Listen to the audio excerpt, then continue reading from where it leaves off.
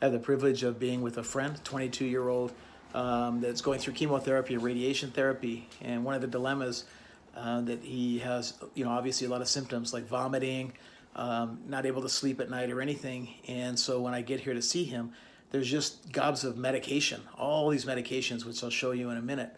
And all this medication is very hard to keep track of for a number of reasons. So this is what the hospital gives we put the writing on there. The hospital just gives all this information, and it just lists all this medication. And it's 2 pages worth. So you got 2 pages of medication. But who's going to remember all these names? And many of the names look very, very similar. So you have all this medication.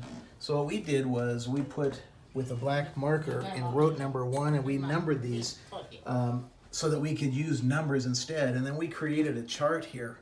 And this chart basically says the medication, what it is, and it's identified by the numbers. So 1 is the one listed with number 1, and then it says what's the dosage, when it's supposed to be taken, and then we've listed the times that we can take it.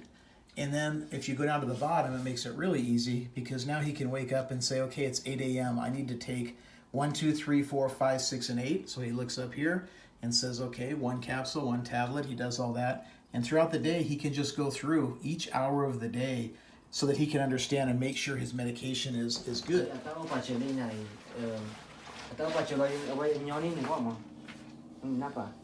Once he starts getting the medication done properly, then he probably can relieve a lot of the symptoms that he's having so that he can try to be stronger and build himself up. He's got 1 more treatment left. But I encourage everybody that anyone going through, not just treatment like this, but any treatment where it's confusing with medication. Medication literacy is very hard for everyone, even if there's limited English.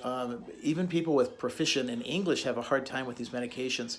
So one, I encourage hospitals to be more patient-centric and come up with a plan like we just showed you on the wall here that we've put. And on the other hand, this was at a hospital here in Colorado that's amazing. They have great outcomes, incredible things. And when we took them to the hospital, they did a great job.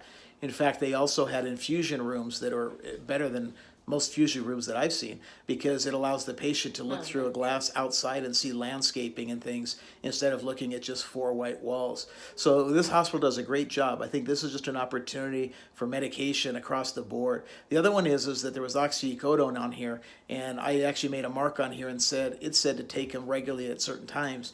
And then we explained that only take that if you absolutely have to, because it's highly addictive. So I think that's another concern.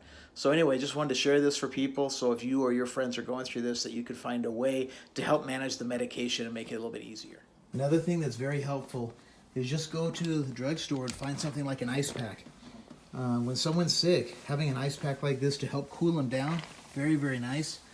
Also have lotion and have a massager like this, because that helps stimulate the skin. It really helps him out a lot. He loves it.